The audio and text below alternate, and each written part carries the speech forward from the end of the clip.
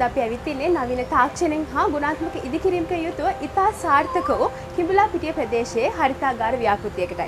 වර්ගයේ 2500ක් වූ මේ හරිතාගාර ව්‍යාපෘතිය තුළ වගා කොට ඇත්තේ ඩාර්ක් ග්‍රීන් ස්කොච් බොනට් 9 මිලිස් ප්‍රභේදය.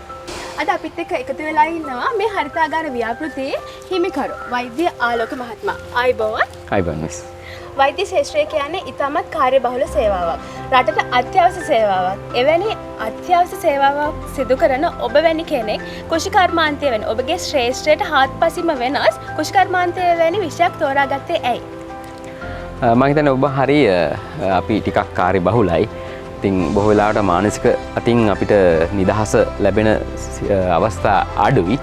ඉතින් මගේ වෘත්තියත් එක්ක මම මේක තෝරාගත්තේ ප්‍රධාන වශයෙන්ම මගේ මේ මානසික සුවය සඳහා මගේ විශේෂයෙන්ම මගේ දරුවන්ට මේ කෘෂිකර්මාන්තය හඳුන්වා දීම වැනි කාරණාත් එක්ක අතරම යම් ආදායමක් ලැබීමේ තරමින් තමයි මේක කරන්නේ. මූලික ස්ථාවරත්වයක් වගේම මානසික සුවතාවයක් සඳහා තමයි ඔබතුමා මෙවැනි ව්‍යාපෘතියක් ආරම්භ කරන්න නැත්තේ. පැහැදිලිව. ඔබතුමාගේ වෘත්තිය ඉතාමත් කාර්යබහුල වෘත්තියක්. ඒ වෘත්තියේ තියෙන වැඩ කටයුතුත් සමග ඔබතුමා කොහොමද මේ හරිතාගාර ව්‍යාපෘතිය කළමනාකර කරගන්නේ? මං හිතන්නේ නවීන තාක්ෂණයත් සමග අපිට ලැබෙන පහසුකම් ඔස්සේ මේ සඳහා මට යොදන්න තියෙන කාලය බොහෝ අඩුයි. නමුත් යම් දවසේ යම් කාලයක් යොදන්න වෙනවා. ඒ සඳහා කාලය කළමනාකරණය කරගත යුතුයි.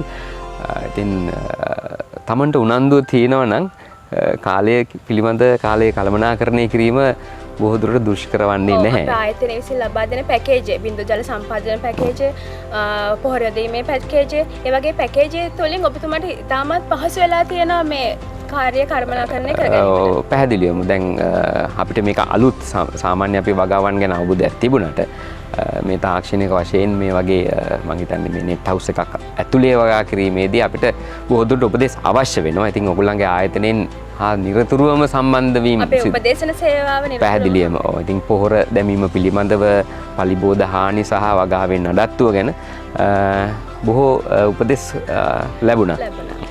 වෛද්‍යතුමනි, ඔබතුමාගේ වෛද්‍ය වෘත්තියේ තියෙන රාජකාරීත් සමගම ඔබතුමා දිනකට මෙම හරිතාගාර ව්‍යාපෘතිය තුළ කොපමණ කාලයක් ගත කරනවද?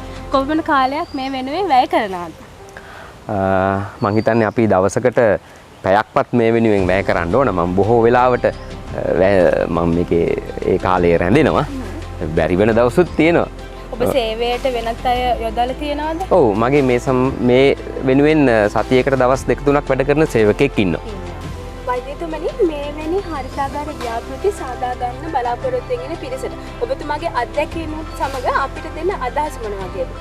ඔබතුමා අනිත් අයට මේ වගේ හරිතාගාර ව්‍යාපෘති සාදා ගන්න බලාපොරොත්තු වෙන ඉන්න අයට දෙන උපදෙස් මොන වගේද? මම හිතන්නේ මම මේකට මේ අදහස හරිතාගාරයක යම් මගාවක් කිරීමට මගේ අදහසක් සෑහෙන කලින් තිබුණා.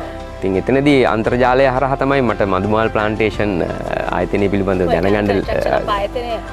දැනගන්න ලැබෙන නිසා මගේ මේ ගම්පලාතේ තව කෙනෙක් මේකේ මේ වගේ පොලි ටනල් එකක් සාදලා තිබුණා. ඉතින් එතනදී මම ඒකත් නිරීක්ෂණය කරලා මට හිතුණා මේ විශේෂයෙන්ම මේ ආයතනයේ හොඳයි මගේ වැඩ කටයුතු වලට කියලා. ඉතින් ඒක නිසා ආයතනයේ ලැබිච්ච සහාය නිසා තමයි මේක මට මේ මට්ටමට ගන්න. සමාජ මාධ්‍ය ජාලා වලින් වගේම ඔබගේ අසල්වාසීන් ගැන දැනගෙන තමයි ඔබතුමා මේ ව්‍යාපෘතිය පටන් ගන්න.